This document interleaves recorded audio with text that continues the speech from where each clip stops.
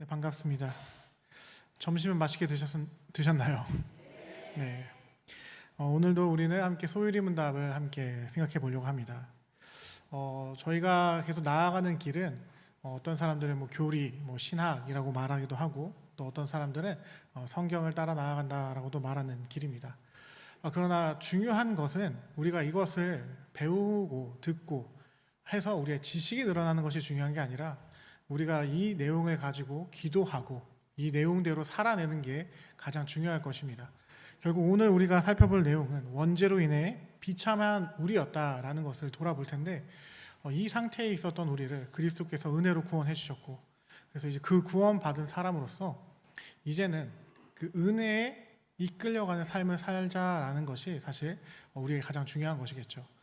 소유리 문답은 우리 선배들이 자녀뿐만 아니라 이 교회가 장로교회가 개혁교회가 어떻게 하면 더 예수님을 잘 믿을 수 있을까, 그 믿는 바대로 어떻게 하면 잘 살아낼 수 있을까를 고민하면서 작성한 이제 신앙 교육서다라는 것이죠.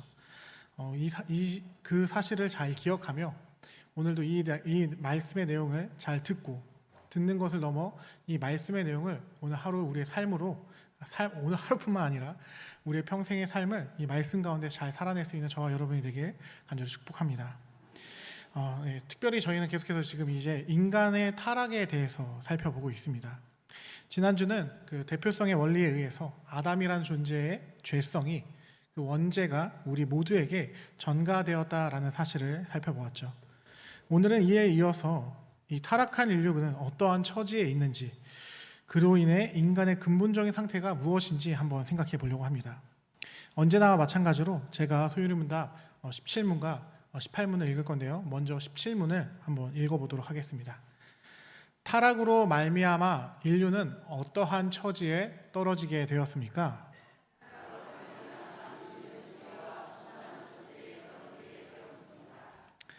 네, 아담의 범죄로 모든 인류가 아담 안에서 우리는 타락했습니다. 그리고 이 타락은 단지 아담만, 즉 인간만 타락시켰다라고 성경은 말하지 않습니다. 아담은 모든 시간과 공간을 대표하기도 했었기 때문에 아담의 범죄함으로 인해 온 우주가 타락의 영향 아래 있게 되었다라는 것이죠. 그리고 이를 소유리 문답은 이렇게 표현합니다. 인류는 죄와 비참한 처지에 떨어졌다라고 말이죠.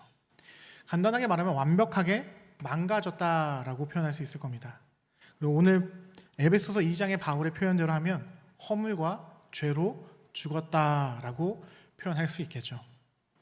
물론 소유리 문답은 인류라는 말을 사용하고 있긴 하지만 우리는 알고 있습니다. 제가 말씀드린 것처럼 이 타락은 단지 인간만 타락시킨 것이 아니라 우리가 살아가는 모든 삶의 환경과 그리고 동식물 모두가 이 죄와 비참한 처지 아래에 떨어지게 됐다라는 것을 말이죠. 사실 이 부분에 대해서 자주 말씀드렸습니다.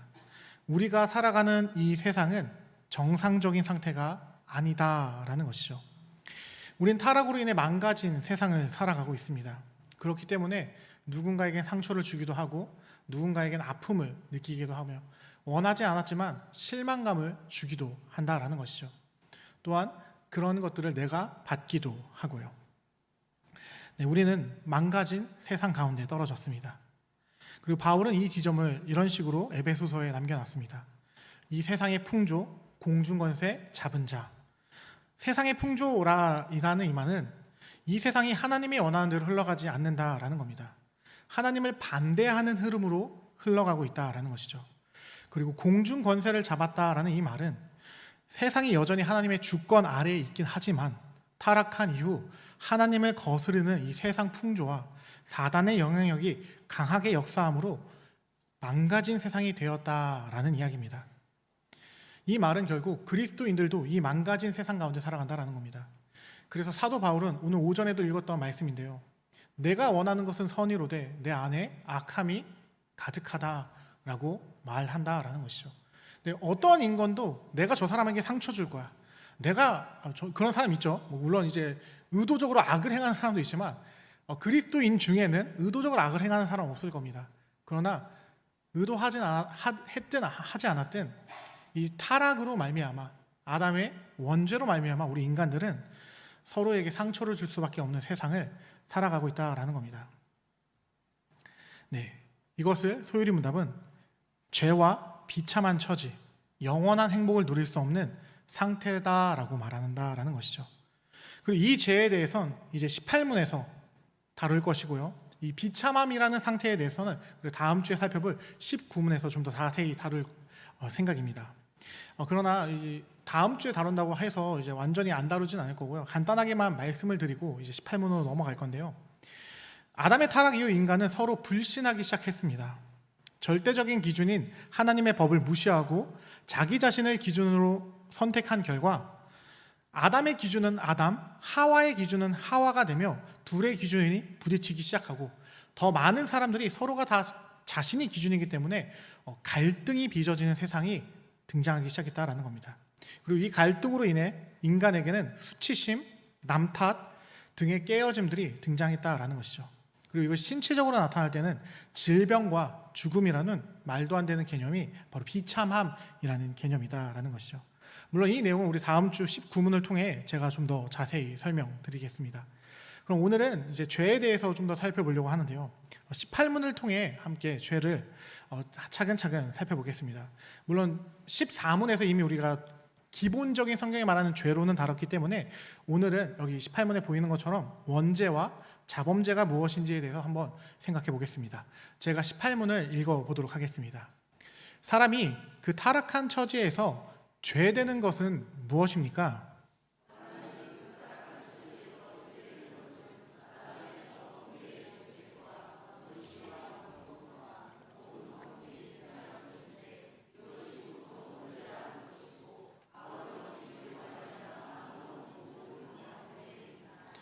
네, 18문에서는 죄를 크게 두 가지로 구분해주고 있습니다.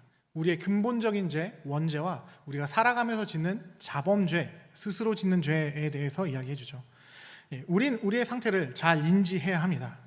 우리는 가끔 우리가 행위로나 마음으로 짓는 죄가 엄청 심각한 죄다라고 착각할 때가 많습니다. 그러나 사실 그렇지 않습니다. 삼위일체 하나님 앞에선 내가 짓는 죄보다 인간에겐 근본적인 죄가 있다라는 겁니다. 즉 제가 죄를 만들 수밖에 없게끔 뭔가 이제 근원적으로 망가뜨린 죄가 있다라는 것이죠. 네, 물론 제가 말할 때 우리가 뭐 마음으로 짓고 행동으로 짓는 죄가 뭐 심각하지 않다라는 건 아니에요. 우리가 여전히 짓는 죄도 심각합니다. 상대방에게 상처를 주기도 하고 하나님을 실망시키기도 하는 그런 모든 죄가 다 심각한 것인데 그 모든 심각한 죄의 근원이 되는 인간 존재 자체를 죄인으로 낙인 찍는 근본적인 죄가 있다라고 우리는 알아야 한다라는 겁니다. 네, 근본적으로 삼위 하나님께서 인간을 죄인으로 규정하는 죄가 있다라는 거예요. 우리가 무언가 죄를 지어서 우리에게 하나님께서 죄인이라고 하시는 게 아니라 우리는 이미 태생부터 본질상 진노의 자녀, 즉 태어날 때부터 이 죄로 인해 죄인으로 태어난다라는 겁니다. 네, 그래서 미리 말씀드렸는데 이런 인간을 향해 바울이 이렇게 말한 겁니다. 본질상 진노의 자녀다. 네, 하나님의 입장에선 구속함을 받기 전에 모든 인류는 본질상 진노의 자녀입니다. 그리고 여기 앉아있는 여러분과 여기서 설교하고 있는 저마저도 원래는 본질상 뭐였죠? 진노의 자녀였습니다. 잘 이해하셔야 됩니다. 에베소서 2장은 불신자들을 위해 쓰여진 성경이 아니라 에베소 교인들에게 우리가 원래 어떠한 상태에 있었는지를 바울이 차근차근 설명해주는 장면입니다. 네, 우리가 본질상 진노의 자녀, 우리와 세상 사람들 할 거 없이 하나님 앞에선 하나님의 원수였던 게 우리라는 겁니다. 그렇다면 삼위일체 하나님께서는 인간, 왜 원수, 이 본질상 진노의 자녀를 왜 그렇게 여기시냐? 제가 14문에 잠깐 설명드린 것처럼 원죄 때문이다라는 겁니다. 아담의 죄가 전가되어 온 인류의 근원적 죄가 된 그 죄, 그리고 이로 인해 18문에선 우리를 향해 이렇게 말해주는 겁니다. 제가 다시 한번 읽어보겠습니다. 사람이 그 타락한 처지에서 죄되는 것은 아담의 첫 번째 범죄의 죄책과 원시의가 없는 것과 온 성품이 부패한 것인데 이것이 보통 원죄라고 하는 것이다라는 것이죠. 우리가 아담으로 인해 타락한 상태에 갖게 된 본질은 아담의 첫 범죄의 죄책과 오염이다라는 겁니다. 그리고 이 오염에 대해서는 제가 14문 설교 때 좀 자세히 설명드린 바 있습니다. 간단히 말한다면 내 마음대로 할래. 하나님의 기준이 아니라 내가 원하는 방식, 내가 원하는 바대로 하고 싶어하는 모든 태도다라는 것이죠. 하나님이란 기준이 없이 자신이 기준이 되어 살고자 하는 그 마음, 이것이 원죄의 오염입니다. 그리고 이 상태의 인간에겐 원시의가 없다라는 겁니다. 원시의는 영어로 보면 오리지널 라이처스니스라고 말합니다. 쉽게 말해 아담과 하와가 타락하기 전에 하나님께서 주셨던 완벽한 의로움과 거룩함의 상태를 말한다라는 것이죠. 아담과 하와는 죄가 없었고 하나님을 온전히 사랑했으며 하나님의 뜻을 기뻐하고 하나님의 말씀에 순종할 수 있었던 존재들이었습니다. 죄가 없는 상태를 넘어 하나님 앞에 의롭고 거룩한 상태였었다라는 것이죠.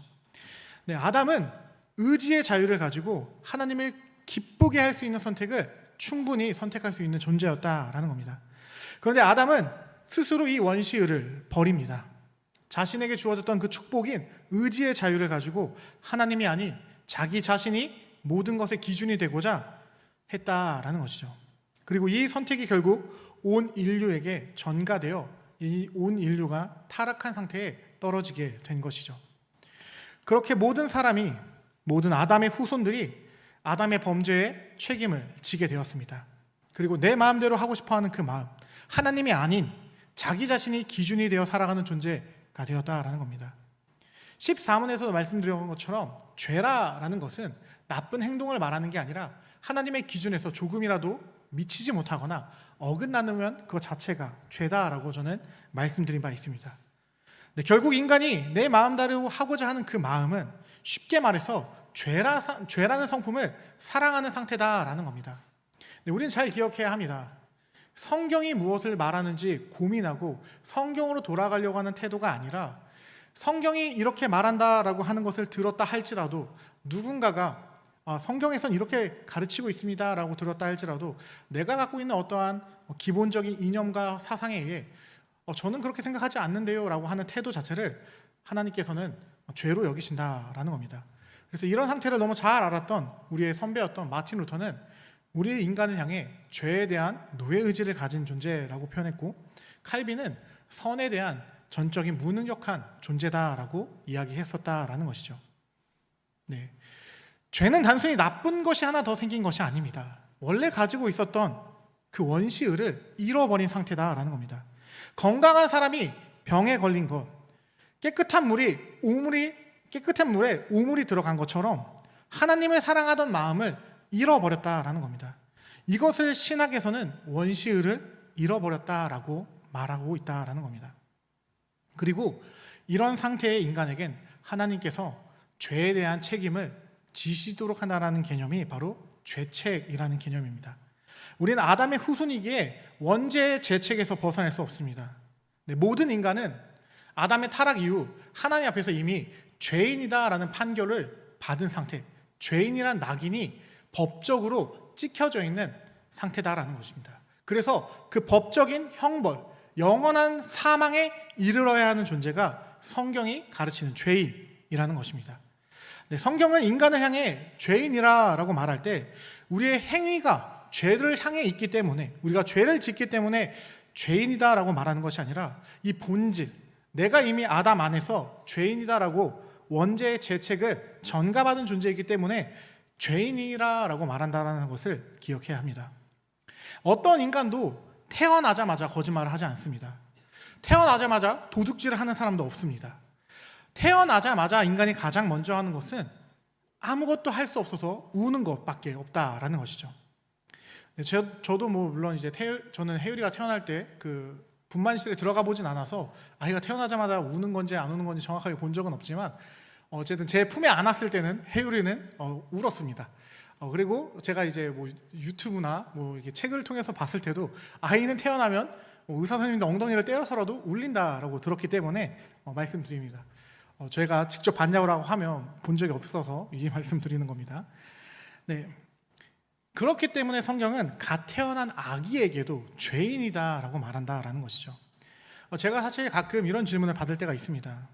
만약에 어린아이가 태어나자마자 죽으면 천국 가나요? 지옥 가나요? 라는 이런 좀 당황스러운 질문을 받을 때가 있는데 정확한 건 하나님만 아십니다. 네, 하나님만 아시는데 오늘 이 성경에 말하는 인간이 죄인이다라고 할 때 우리가 본질상 진노의 자녀다라는 이 진리에 의해서 생각한다라고 한다면 갓난 아이도 원죄의 자유에서는 원죄의 자유가 아니죠. 원죄로부터 자유로울 수 없기 때문에 이 원죄에 의해서 이 원죄가 해결되지 않았다라고 한다면 아담의 후손으로서 그 갓난 아이도 결국엔 죄의 종으로서 죄의 책임을 져야 한다라는 겁니다. 네, 그렇습니다. 죄의 종은 죄의 책임을 짊어져야 합니다. 갓난 아이든 성인 군자든 할 것 없이 여자의 후손, 즉 그분의 언약 아래 예수 그리스도의 은혜를 맛본 자가 아니라고 한다면 그 어떠한 존재도 스스로 구원할 수 없다라는 것을 기억해야 한다라는 겁니다. 그래서 사실 기독교에서 어린아이에게 유아 세례를 주는 것을 우리는 다시 한 번 더 생각해 볼 필요가 있는 것입니다. 왜냐? 언약 안에서 이 아이가 우리는 알 수 없지만 하나님의 언약 아래에서 부모의 신앙으로 말미암아 이 아이도 구원받은 백성임을 믿음으로 선포하는 것이기 때문이다라는 것이죠. 네, 우리가 그 아이를 구원하는 것이 아니라 그리스도의 보혈이 그 어린아이에게까지 미쳐졌다라는 것을 믿음으로 우리는 나아간다라는 겁니다. 제가 무슨 말씀 드리는 건지 이해가 되시나요? 네, 기본적으로는 어린아이도 죄인이에요. 어린아이든 뭐 이순신 장군이든 세종대왕이든 뭐 나이팅게일이든 뭐 할 것 없이 우리가 아는 성인 군자든 아무것도 안 하는 어린아이든 다 죄인이다라는 겁니다. 그러나 그 죄인이 구속받을 수 있는 유일한 길은 무엇이냐? 그리스도의 십자가다라는 겁니다. 그리고 그런 믿음을 가지고 우리가 유아들에게 유아 세례를 베푼다라는 것을 기억하자라는 것이죠. 그래서 우리가 이 원죄에 대해서 잘 이해하는 것이 중요합니다. 왜 성경이 인간에게 죄인이라고 말을 하는지 바로 아는 것이 귀한 진리의 첫걸음이다라는 것이죠. 모든 인간은 이 원죄의 책임, 죄책을 짊어진 존재입니다. 죄책은 죄를 짓는 성향을 말하는 게 아닙니다. 그것은 오염, 즉 내 마음대로 하고 싶어하는 그 인간의 잘못된 마음일 뿐이죠. 죄책은 법정에서, 하나님의 법정에서 우리의 신분이 영원히 죽어야 할, 영원히 하나님의 형벌을 감당해야 할 존재다라고 선포되었다라는 것뿐입니다. 그리고 이미 이 얘기를 들으시는 분들 중에 아마 깨달으신 분들도 있겠지만 이 죄책이 이미 우리 그리스도인들에겐 해결되었다라는 겁니다. 언제 해결되었냐? 바로 우리를 대신해서 그리스도께서 십자가에 달리면서 해결되었습니다. 말씀 한 구절, 정확하게 두 구절인데요. 같이 한번 읽어보도록 하겠습니다. 시작. 그리스도께서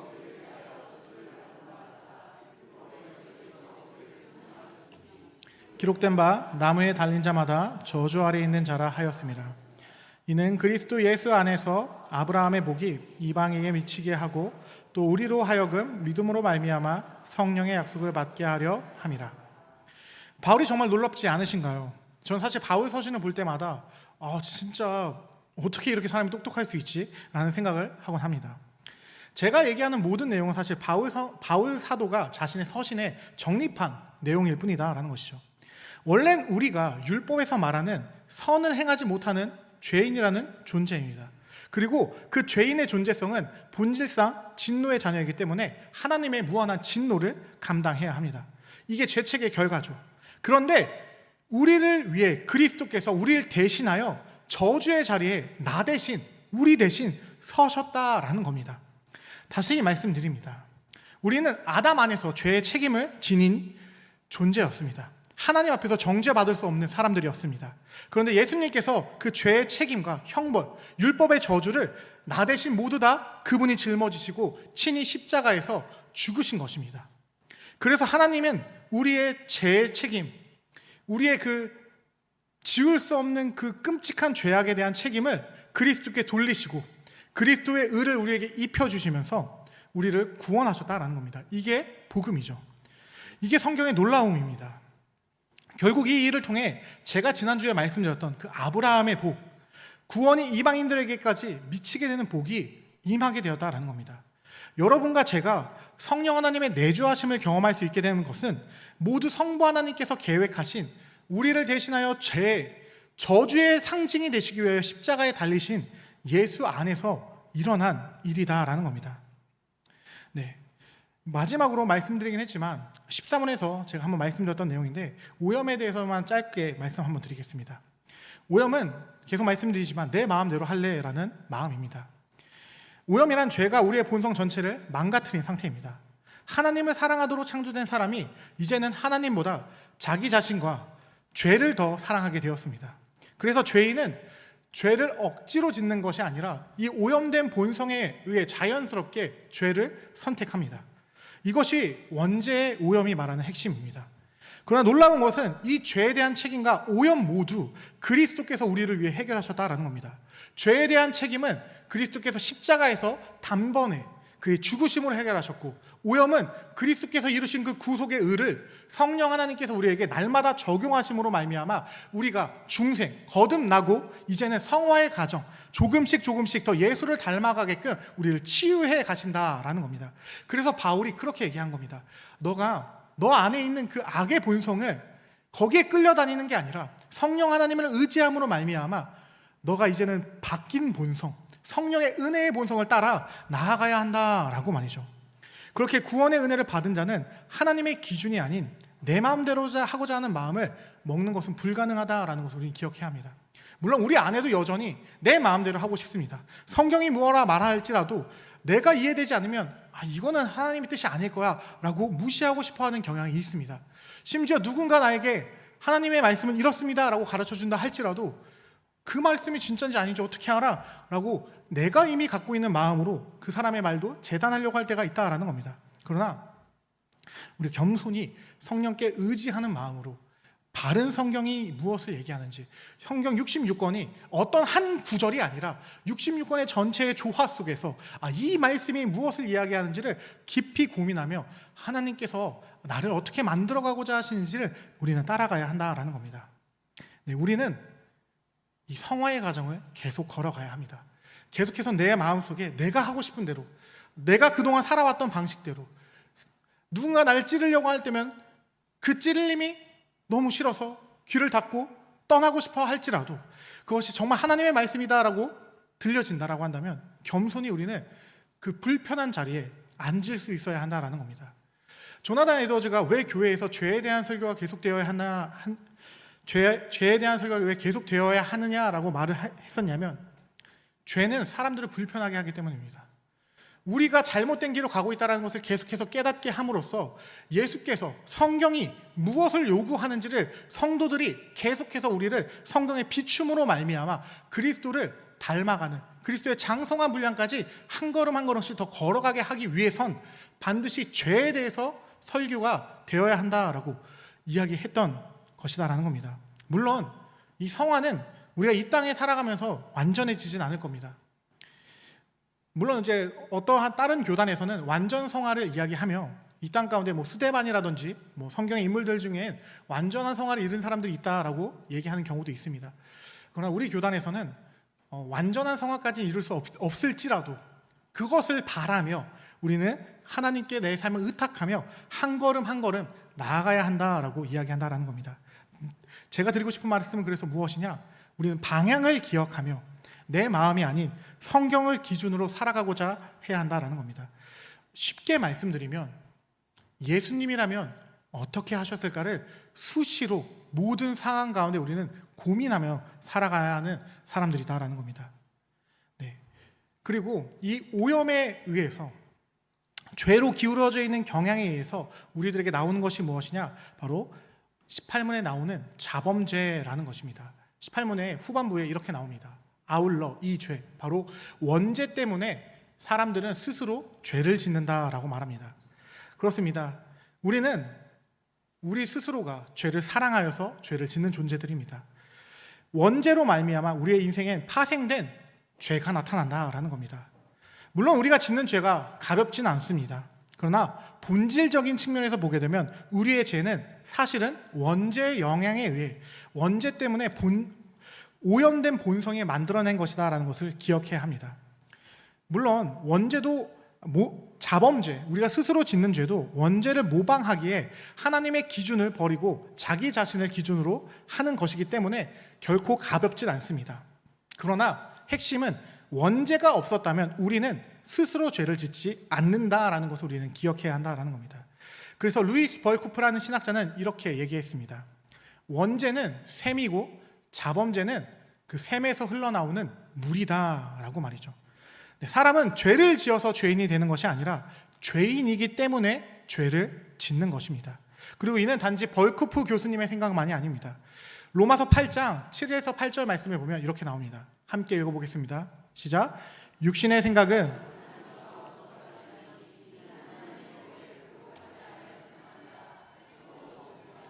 육신에 있는 자들은 하나님을 기쁘게 할 수 없느니라.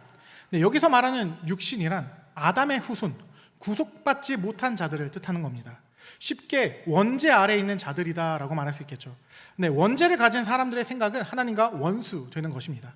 그리고 하나님의 법에 굴복하지 않습니다. 왜냐? 아직까지는 나는 내 마음대로 하고 싶기 때문이다라는 겁니다. 그래서 그 샘, 악한 물밖에 나오지 않은 샘을 통해 악한 물을 발생시킨다라는 것이죠. 그리고 계속해서 야고보서 1장 14절과 15절 말씀을 한번 같이 읽어보겠습니다. 시작.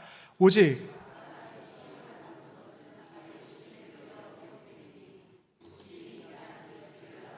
죄가 장성한 즉 사망을 낳느니라. 네, 야고보도 동일한 이야기를 하고 있습니다. 우리가 시험을 받는 건 계속해서 하나님이 원하시는 길이 아닌 악에 빠져 허우적대는 것은 우리의 욕심, 즉 원죄로 인해 타락한 본성, 우리의 생각과 욕망과 의지가 미혹되었기 때문이다라는 겁니다. 그래서 이 욕심, 원죄가 죄를, 우리 스스로가 죄를 짓게 만든다라고 이야기합니다. 그리고 이 죄들은 결국 원죄의 죄책인 사망으로 우리를 이끌어가게 되고, 그러므로 말미암아 우리는 죽게 된다라는 것이죠. 그런데 성경에서 이뿐 아닙니다. 사실 사도들보다 먼저 이 개념을 가르치신 분은 예수님이었습니다. 마태복음 15장 19절 말씀 제가 한번 읽어보도록 하겠습니다. 마음에서 나오는 것은 악한 생각과 살인과 간음과 음란과 도둑질과 거짓 증언과 비방이니. 네, 인간이란 존재는 기본적으로 지정의, 전 인격이 타락, 그 원죄의 결과로 말미암아 망가져 있다라는 겁니다. 우리의 마음에선 선한 생각은 나올 수 없습니다. 악한 생각, 심지어 간음, 음란, 도둑질, 거짓 증거와 비방만이 우리 마음에서 나올 수밖에 없다라고 예수님께서 우리를 진단하십니다. 여기서 우리가 기억하면 좋은 것은 원죄는 하나입니다. 원죄는 근원적인 셈입니다.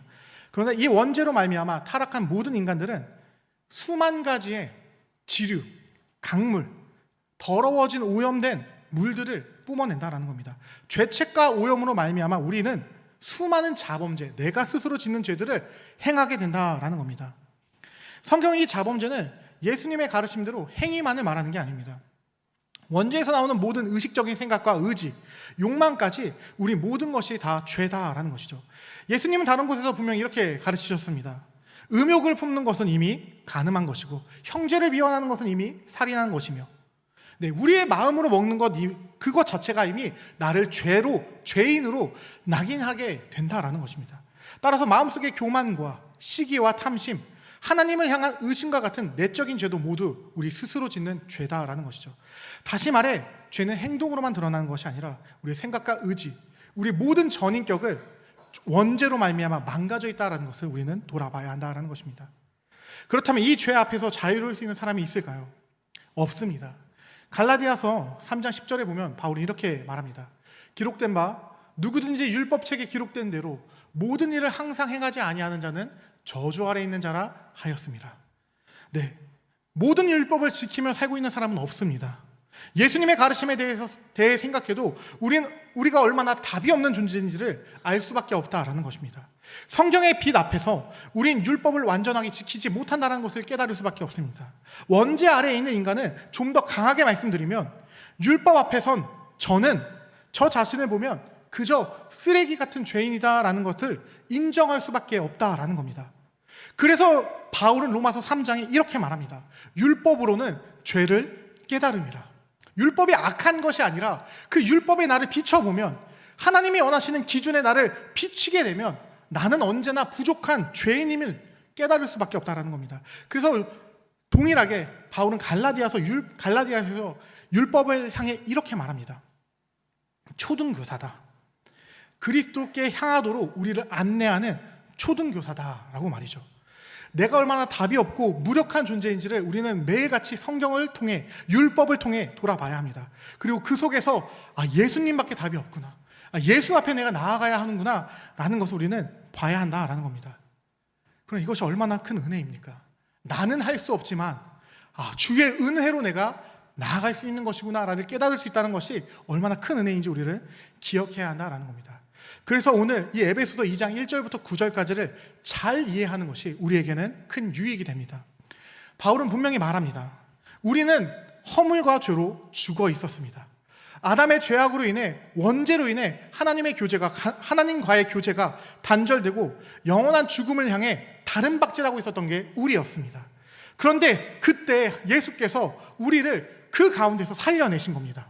네, 우리가 하나님을 찾고 하나님을 위해 살겠다라고 결심하는 게 아니라 이 악함 한 가운데 허우적대며 더욱더 깊은 악함 가운데로 빠져들어가고 있던 그때, 열심을 내고 있던 그때, 세상 풍조를 따르고 공승의 권세 잡은 자들, 사단을 따르며 불순종의 아들들로 살고 있던 그때 그리스도께서 우리를 위해 오셨다라는 겁니다. 그래서 바울이 말하는 겁니다. 전에는 우리, 이 자리에 앉아있던 저와 여러분 모두가, 그리스도인들 모두가 원죄 아래 욕심을 따라 지내며 죄된 육체와 마음이 원하는 것을 다 행하던 존재였다라는 것이죠. 네, 우리는 죄를 만들어내는 기계에 불과했습니다. 우리도 진노의 자녀였습니다. 그런데 긍휼이 풍성한 하나님이 저와 여러분을 사랑하셨다라는 겁니다. 그 큰 사랑으로 인해 허물과 죄, 원죄와 자범죄로 말미암아 죽을 수밖에 없었던 우리를 그리스도와 연합시키시고 그 죄 가운데서 건져내심으로 말미암아 살려내신 겁니다. 네, 우린 이젠 중생, 거듭난 자들입니다. 그래서 바울은 이 성경 구절 안에 5절의 가로 안에 이렇게 고백한 것입니다. 은혜로 구원을 받았다. 이제 우리의 상태는 죄책이 없어지고 죄의 오염 속에서 살아가던 이들이 아니라 그리스도 예수 안에서 하늘에 속한 자가 되었습니다. 여기서 가장 중요한 부분을 우리 함께 읽어보겠습니다. 8절과 9절입니다. 읽습니다. 시작. 너희는 그 은혜에 의하여 믿음으로 말미암아 구원을 받았으니 이것은 너희에게서 난 것이 아니요 하나님의 선물이라. 행위에서 난 것이 아니니 이는 누구든지 자랑하지 못하게 하려 함이라. 함께 읽은 바와 같이 우리의 구원은 오직 은혜입니다. 우리의 행위가 나의 무언가가 조금 더 가미되지 않은, 조금 더 낄 틈이 없을 정도로 철두철미하게 예수와 성령님과 삼위 하나님께서 온전히 이루어내신 아름다운 구원이라는 선물이다라는 겁니다. 여러분이 믿음을 갖게 된 것은 여러분의 의지다라고 착각하지 않길 바랍니다. 여러분이 하나님을 선택한 적이 없습니다. 저 또한 제가 하나님이 좋다라고 고백한 적이 없습니다. 먼저 고백한 적이 없습니다. 저도 매일 같이 고백해요. 하나님 사랑한다고. 성경은 말합니다. 너희가 나를 택한 것이 아니요 내가 너희를 택하여 세웠나니.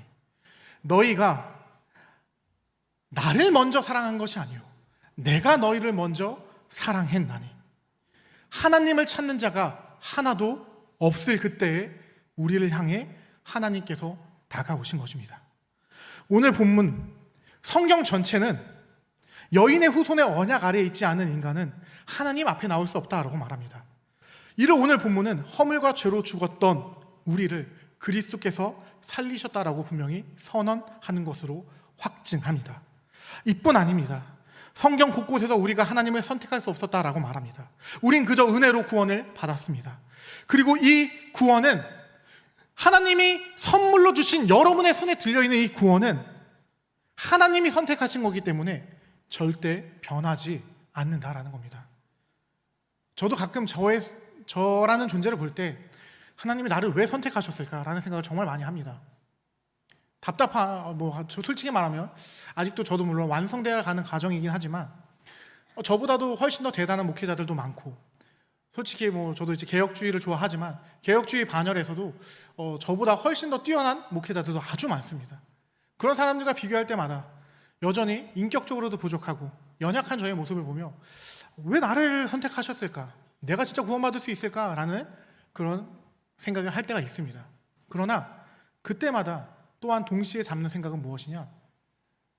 하나님은 한 번도 나를 보시고 선택하신 것이 아니라 그의 기쁘신 뜻 가운데서 나를 선택하셨다라는 것을 우리는 기억해야 한다는 겁니다. 여러분들이 무언가 하나님 앞에 뭔가 잘했기 때문에 여러분이 선택받은 것이 아니라 하나님이 그냥 여러분을 사랑하시기로 선택하신 겁니다. 그리고 그 사랑은 변함이 없으신 하나님의 사랑이시기 때문에 끊기지 않는다라는 겁니다. 여러분 이 사실을 꼭 잊지 않았으면 좋겠습니다. 그래서 여러분이 구원의 확신을 잃지 않으시기를 간절히 축복합니다. 여러분이 여러분을 볼 때 답이 없다라고 느낄 때가 있을 겁니다.